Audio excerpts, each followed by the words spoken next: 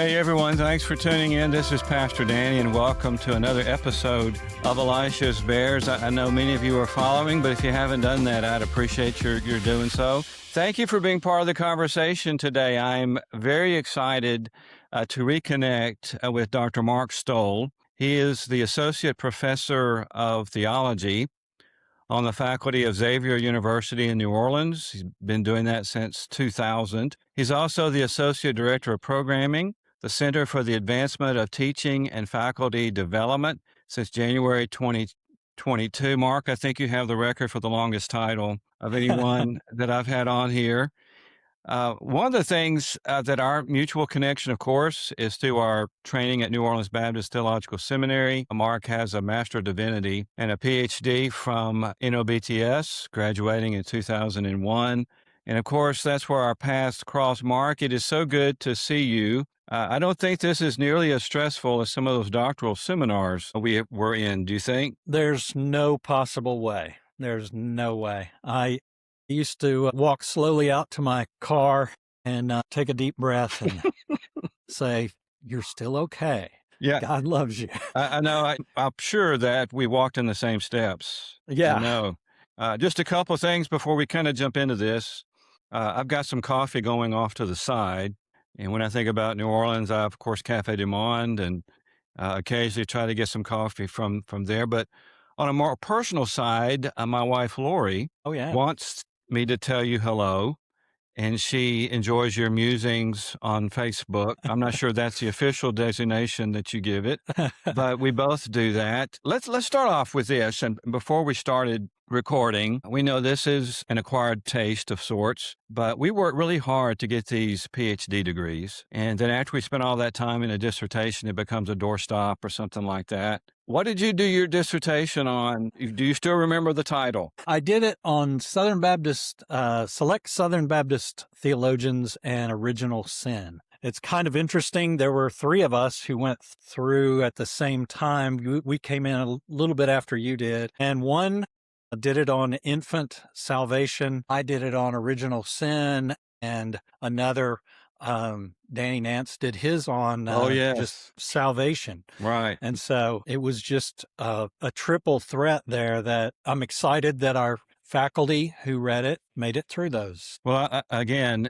this is not for everybody, but for those of us who know about these things, we appreciate the time and effort involved. I guess kind of transitioning from that a little bit, Mark, you are a graduate of a Southern Baptist Seminary, of course, and I was in New Orleans too. We met each other there. Most students, when they come to the Baptist Seminary, we get our education however many years it takes, but we don't tend to stay in New Orleans. We come to get it for a while, and then we're off to other places. What was it about New Orleans that you said, I think I want to invest my life here? Well, I grew up in Memphis, Tennessee, and Memphis is a very segregated city. And when we came to New Orleans and my kids started going to school with all kinds of kids, different races, different religions, I just thought that was the greatest thing in the world for them. And also the culture here, the food,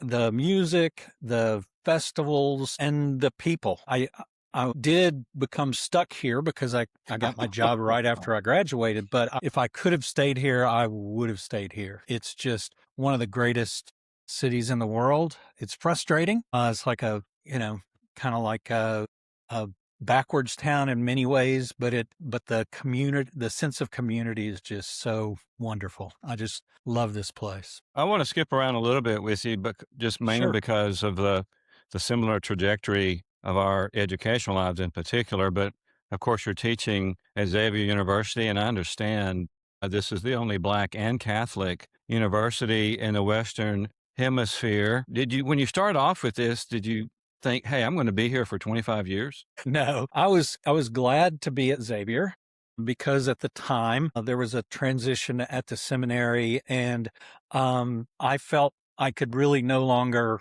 I was told I was no longer acceptable to teach at Southern Baptist institutions. And so when this job came along, it was so wonderful because there's absolutely no pressure about what I teach, how I teach. There's just academic freedom, and I never was one to indoctrinate anyway, but I touch on so many subjects here that I was not able to touch on when I was at the seminary. And also just the having a perspective of hanging around people that are different from me is just an amazing gift to talk about their perspectives on life. And interestingly enough, most of our students, there aren't a whole lot of Black Catholics except in New Orleans. So most of my students are Baptist or evangelicals, Pentecostals. So we speak the same language a lot, but I was educated in a Catholic university. I went to my undergrad is in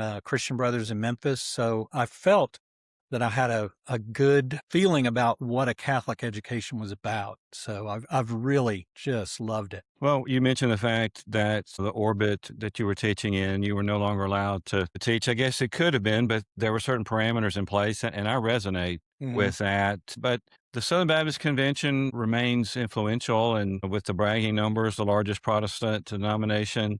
And I was curious because you alluded to this about the composition of your student body. So you do teach a variety of different backgrounds.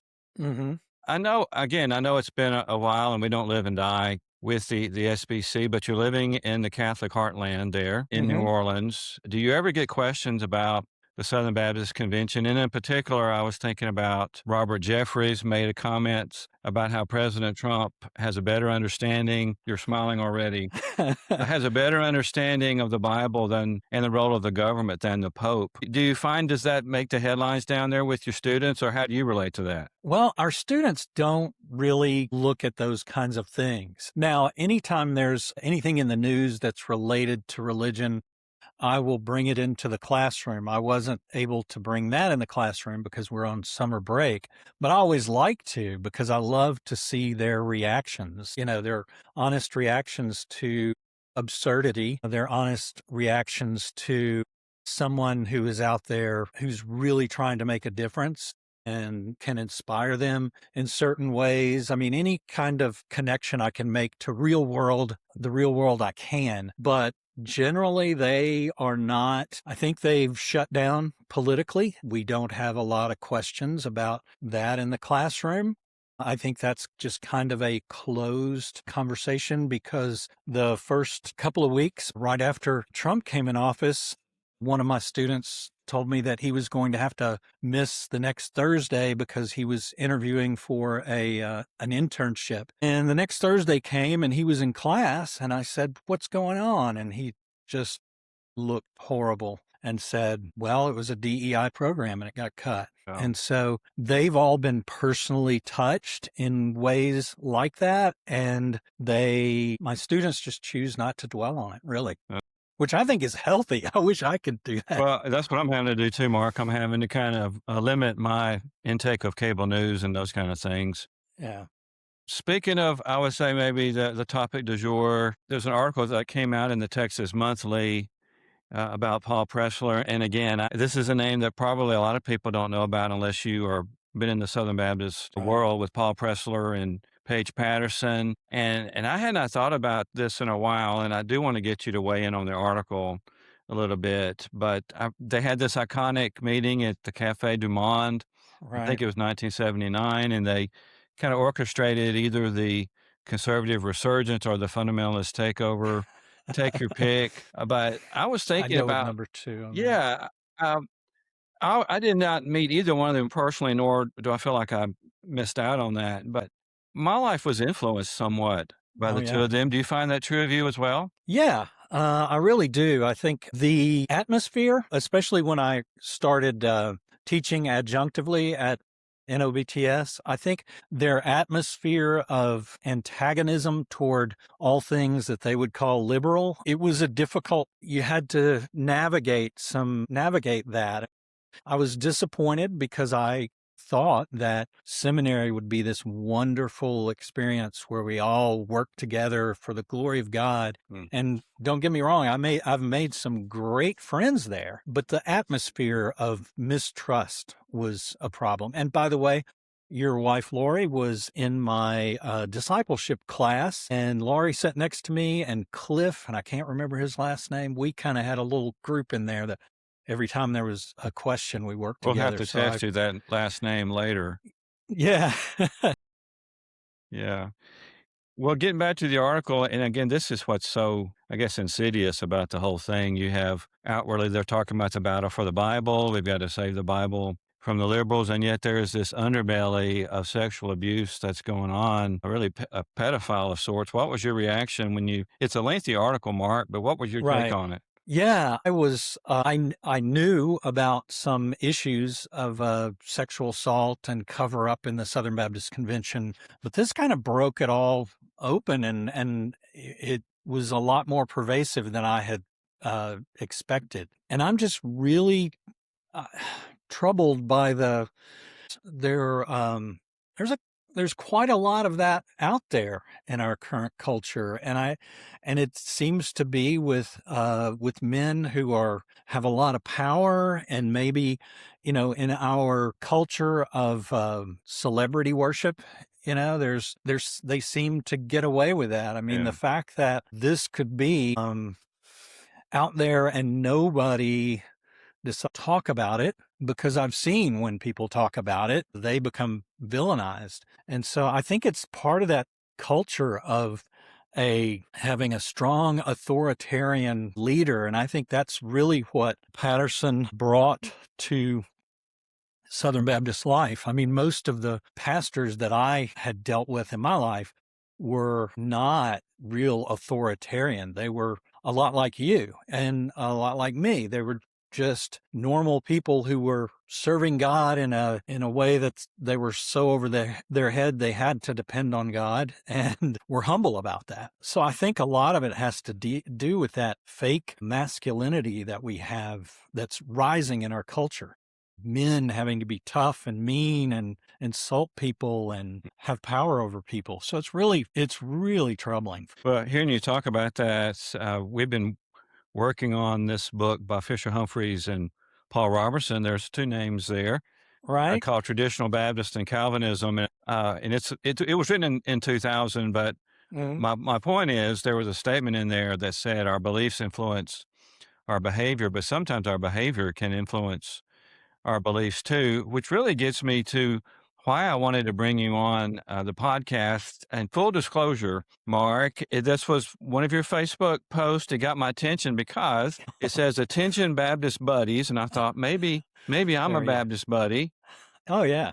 You said, I'm writing a short story that includes a discussion about Baptist views on the Lord's Supper. Let me know what you think about open and closed communion. And I appreciate you admitting that it was an AI photo of the Yeah. Lord's Supper table. Right. But I reached out to you and I said, hey, let's talk about views of communion. We may work that in just briefly. And then you said, hey, this is not what you think it's about. What is this about? You're working on a project, and thank you for sending me a draft. It's called Dirty Stories About God. We're going to unpack some of the stories, but what's this about, Mark? Well, it's primarily a kind of a love letter to my dad and my mother. My father died last fall, and my mother died several years ago. But the opening story it's a collection of stories.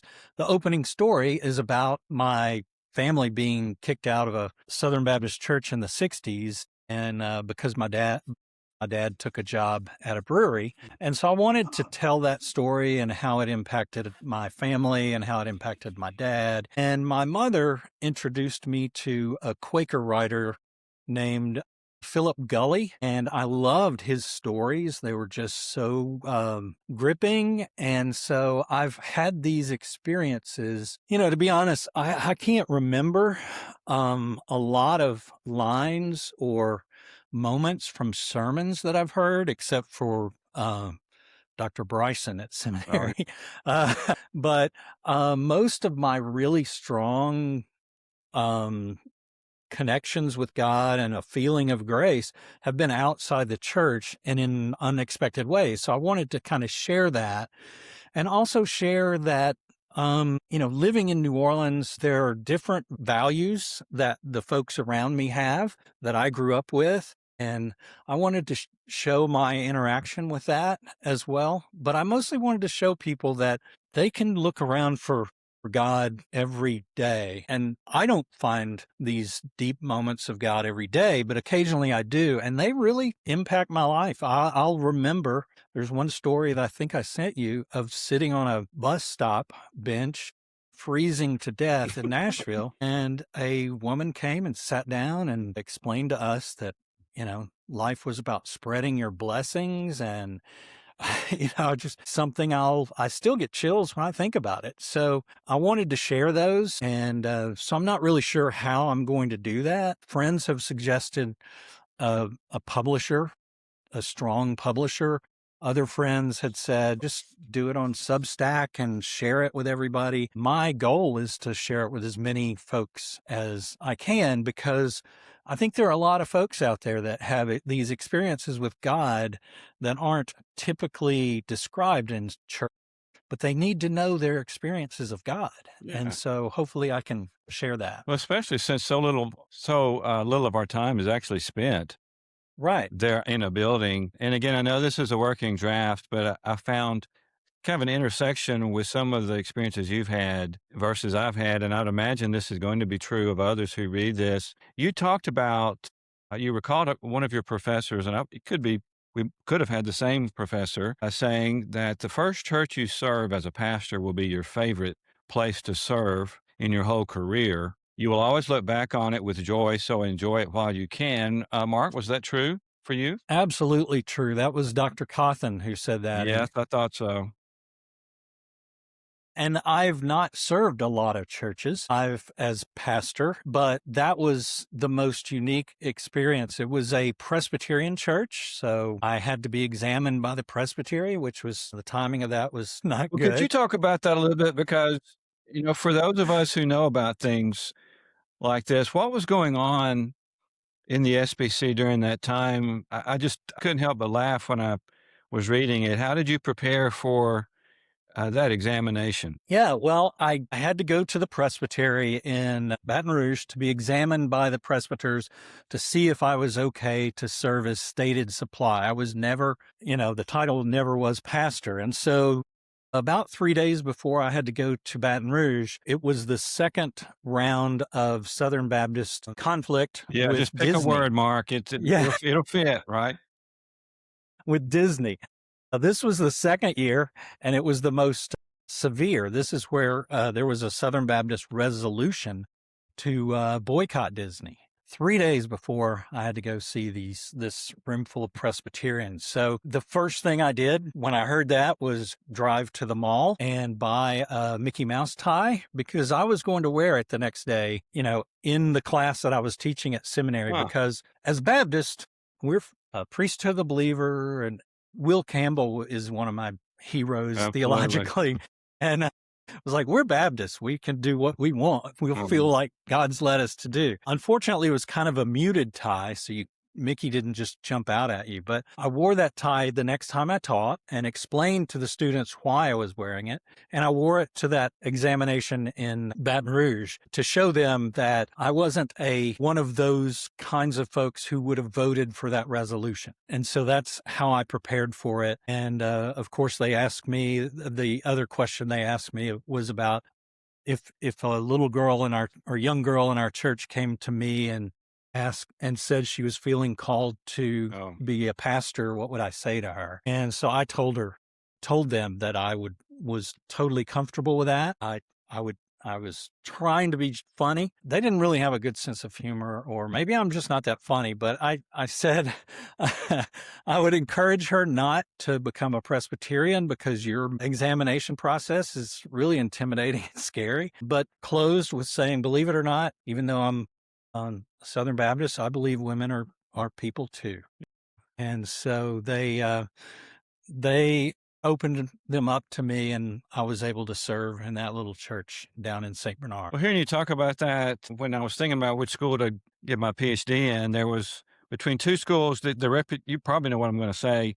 Yeah. There was one approach that there's one school that's easy to get into and hard to get out of, and then there's another one that's harder to get into and easier to get out of. What I found interesting when you talked about your first church, you said that it was a jagged break from fake spirituality that you'd been surrounded by your whole life. Mark, what did you mean by that? Well, part of it was, to be honest, my own fake spirituality, because I was 6 years old when we were kicked out of a Baptist church. And so I always had this feeling that somebody was going to find out who I really was and that I would be rejected. So part of that was me, but another part of it was going to a Baptist high school where it was cool to be Christian.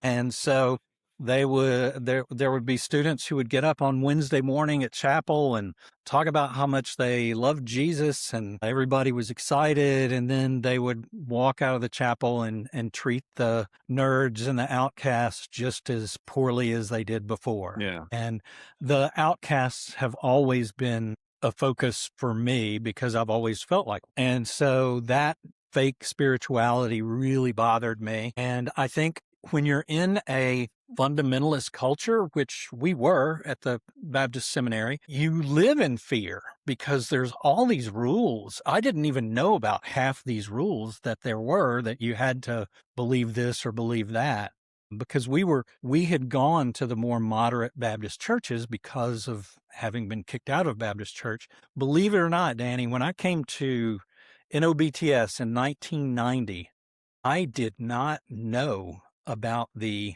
conservative liberal controversy. Yeah. I just didn't. So it just kind of struck me. And then so that kind of fear of being found out or cast out has been around me. Not That's just me, interesting but to hear you others. say that, because I felt the same way. I came out of a liberal arts school and I arrived just a little bit before you did. And I remember sitting in a theology class and Fisher Humphreys was teaching, and I didn't know who Dr. Humphreys was in SBC life. And I was seeing some of these students and they were like debating him. And I was just thinking, I want to learn from this guy. I didn't understand. Right. If you don't want to learn anything, why are you here? Right. Well, Lori and I have 3 kids, and they did not ask to be preachers' kids. And you were telling some stories in your draft about your own family, especially your daughter, Mm-hmm. as it relates to communion and the communion table, and how that was a departure from what you had experienced in Baptist life. I was so tickled. I think you mentioned her name's Bailey. Well, Mm-hmm. can you tell that story, or maybe 2 stories about Sure. her? Yeah. One of the great things about this church that was really refreshing is they believed that children running around in the middle of the service and screaming and causing trouble in the fellowship hall was a sign of a healthy church. And I'd always been trained to keep my kids quiet. And there's no way to keep Bailey quiet. She is just so full of joy and so outgoing, and and that church embraced her so much. I mean, one morning I was praying in this opening prayer in the service, and then when I looked up, she had climbed up on the pulpit and was sitting in one of those. We had these chairs that look like medieval Yeah, they're thrones. Yeah. And her feet were sticking straight out, and she was just and the church loved that. So that was kind of a shock to me. But one Christmas service, she was about 2 years old, and she went and grabbed the plastic baby Jesus out of the manger, who was being swaddled, happy swaddled Jesus. She grabbed him and gave him a hug and gave him a kiss. And everybody in the church was like, that's just so sweet. And her mother, Carol, motioned for her to come back to the seat. And so she just turned and threw baby Jesus over her shoulder, kind of like you would a broken Mardi Gras throw. Yeah, I know what He that is. slid it across the floor and under the communion table, and everybody just laughed. To me, the feeling that I had was I was horrified and I was embarrassed. And yet this wonderful, grace-filled church knew who Bailey was and celebrated who she was. And it was just a great, there was no such thing as sacrilegion at that place. I mean, Yeah. Bailey's favorite thing to do was after communion, if we had any leftover grapefruit juice in the cups, she would go to the kitchen and drink them all like she was a college girl down in shots. It's just and people loved her for that.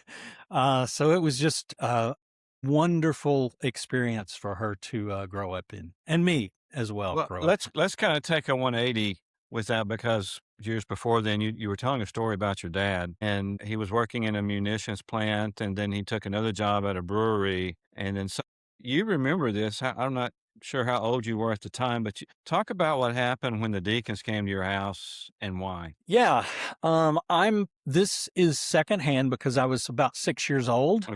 but the story circulated over and over in our household. We had two deacons, and the pastor came on a Tuesday night and came and explained to my parents that because my dad was working at Schlitz now, that we had to be taken off the church roll because that was a bad example to the kids, and that my mother couldn't teach Sunday school there anymore, but that we could continue to attend, but that we were taken off the roll. We would not be You could give members. your money too, though, right?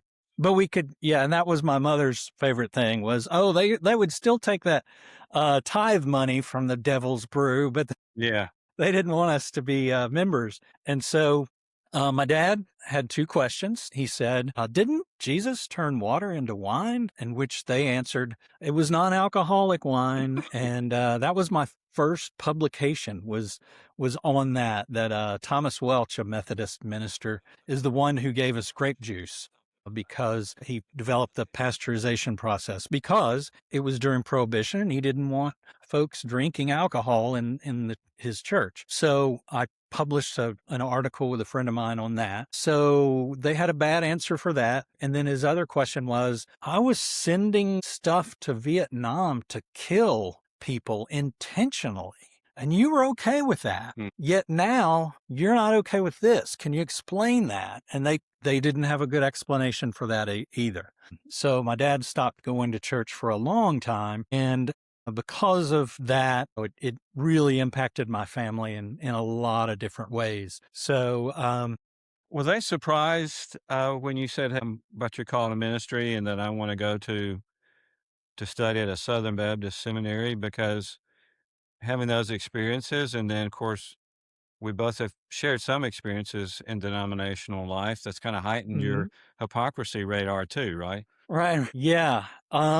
Actually, because we had attended the more moderate Baptist churches, we were all kind of not aware of the resurgence. And so I had had a series of these Southern gentlemen pastors who were just wonderful human beings. And so I did know that the church could be harmful, and I'd seen it in real life, but I was of the impression that I was going to change. Don't laugh at me, Danny. I was going to change Southern Baptist life, that I was going to introduce a new perspective of looking at people with love and grace rather than trying to find what's someone breaking the rules. Yeah. And so they, You weren't, it's nothing to laugh about. I suspect you're not the only person who you may have introduced it, but it didn't take hold, did it?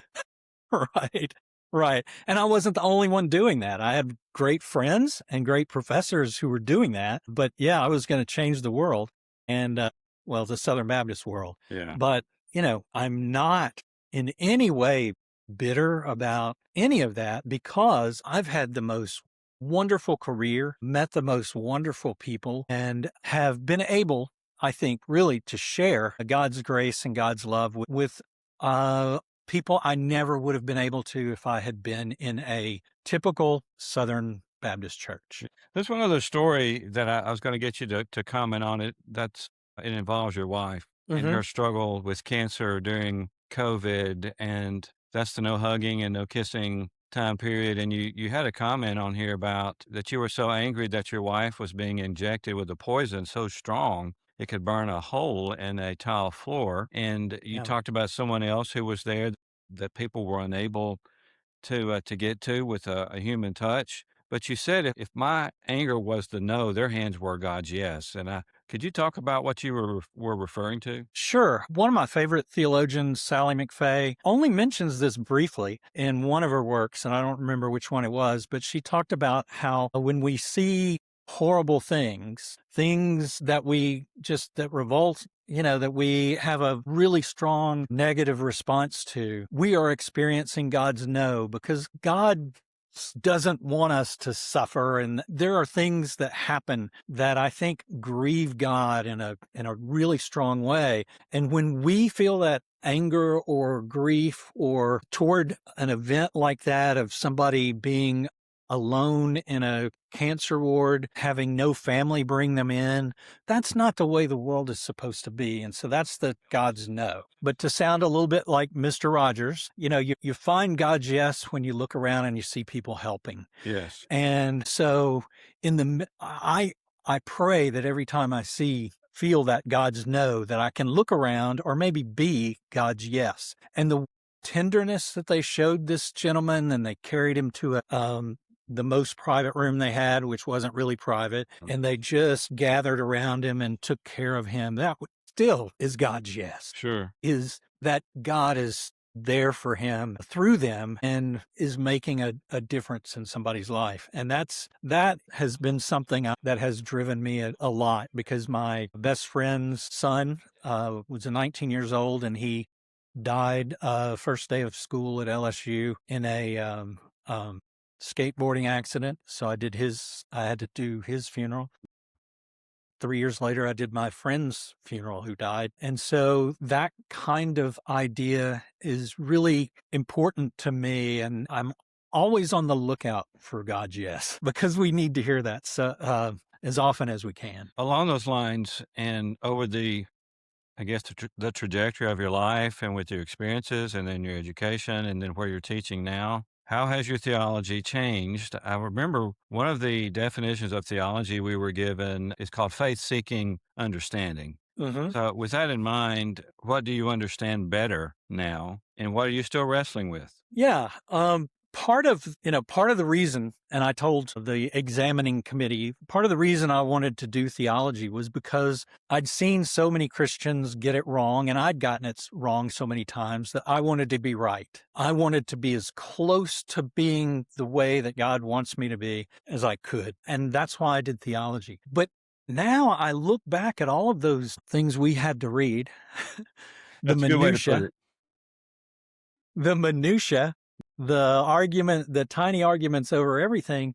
And I think I know that education changed me and made me who I am today. However, though that minutia is not even on my radar anymore. I will sometimes go to the cafeteria at the New Orleans Seminary, and I hear this argument students are having over certain things, and I want to just walk up to them and say, nobody cares about that but you.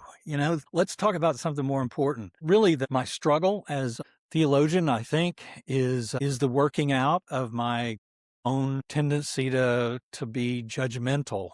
I have a strong sense that God wants us to stand up for justice, but I don't have Martin Luther King's love and care when approaching that as he did. I've always been a little sarcastic, and so the struggle that I have is with how to approach all of these things in an appropriate manner. And you and Lori may have noticed I haven't posted a lot to Facebook lately because I just felt, my wife said, you just seem so bitter. And it was like, okay, all right. I don't want to dwell on those things. And so as far as challenges, I'm really just challenged personally with how to live in an unjust world without losing your mind. And I know that the prophets did. Was it Isaiah that walked around with no clothes on for a while and laid on one side and laid on the other side? And so it can make you act in some strange ways, but that's really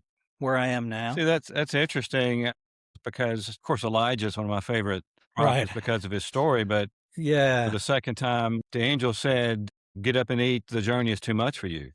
And I think that's probably a good way to describe what's been going on. We'll try to get you out of here on this, Mark. We've been talking about the difficulties, and there are many, but what gives you hope right now? What gives me hope is that I know so many people, and I wish that the Southern Baptist Convention could meet in New Orleans, because I love to go to the Southern Baptist Convention and see all my friends from seminary And I know there are some great people out there who love the Lord and love people. And I see that in my friends from seminary. I see that in my atheist friends, my friends who've never been to church or been to different kinds of churches. I see that in so many people, and I see it. And so that's what gives me hope, is that we see these huge national stories, but these small stories of people picking up garbage in my neighborhood every morning at 5 o'clock in the morning, those are the stories that give me hope. And I know that God's yes is louder than God's no. And I am excited to see that when someone reaches out in love and grace with another person, that's unstoppable. So that gives me hope. Well, when would you expect? I know this is still a work in progress. This is a memoir of sorts. When would you, time frame wise, expect to have it done? And where can people go to read that? And where can people go to learn more about you? Okay, it's something I started this summer, and I think I was really I've been wanting to do this for a long time, so I have a lot of stories, but my father died in the fall, and so it really kind of pushed me to do this. So I'm working on it this summer, and I'm trying to get the drafts and get it in a clean form by the end of summer. I have 5 stories that are pretty close and about 10 more to go. But I have mixed emotions about how to publish, because part of now it will not help my, career, because it's just a memoir. So I could self-publish it, and I don't know. I have the great thing about being at a university is I have friends who are professional writers who've given me advice, and it's been conflicting advice. Some have said, go ahead and get it out there on Substack. People need to hear this. And then there are others that say, no, you need to publish this. You'll have a better audience. They have advertising money. And if you want to get it to an audience. So I'm not sure how I will approach that. And at this point, I'm really kind of laying a little bit low. So I don't have anything special out there for folks to look at. I don't think because I'm a rare book author. So don't ever look for a book written by me, because it's going to be way overpriced and just boring. But I think this is going to be good. I think this will be fun. So I don't know. I'm not really an on presence. And to be fair, I stay on Facebook because I love to see the memories of my grandkids 2 years ago and my kids 10 years ago. So I don't have a way of communicating this to folks, and I think that's part of my frustration. Well, let's do this. When you do get through this publication, let's connect again so we can talk about it some more. But in the meantime, you are on Facebook, and people can follow you on Facebook and keep track of your musings, as Lori has said. Graciously calls I know. Yeah. Any final word before I let you go? It's been great, Danny, and every time I get together with friends of mine from seminary, I have to say, we've got to do this more often. So thank you for reaching out. And this is so much fun. And again, give Lori a hug for me, because we had lots of fun in Dr. Teeley's class together and I still can't remember his last name. Well, we don't want to implicate him. Right. Without I think I know who you're talking about, but I'm grateful to have this time with you. I've been sitting in our sunroom, and the sun has decided to crash down upon us. But we have been listening to Dr. Mark Stoll, Associate Professor at Xavier University. He's working on a project called Dirty Stories about God. Mark, you will continue your work at the Big Easy at Xavier. So I want to thank you all for listening. And until next time, keep on keeping on.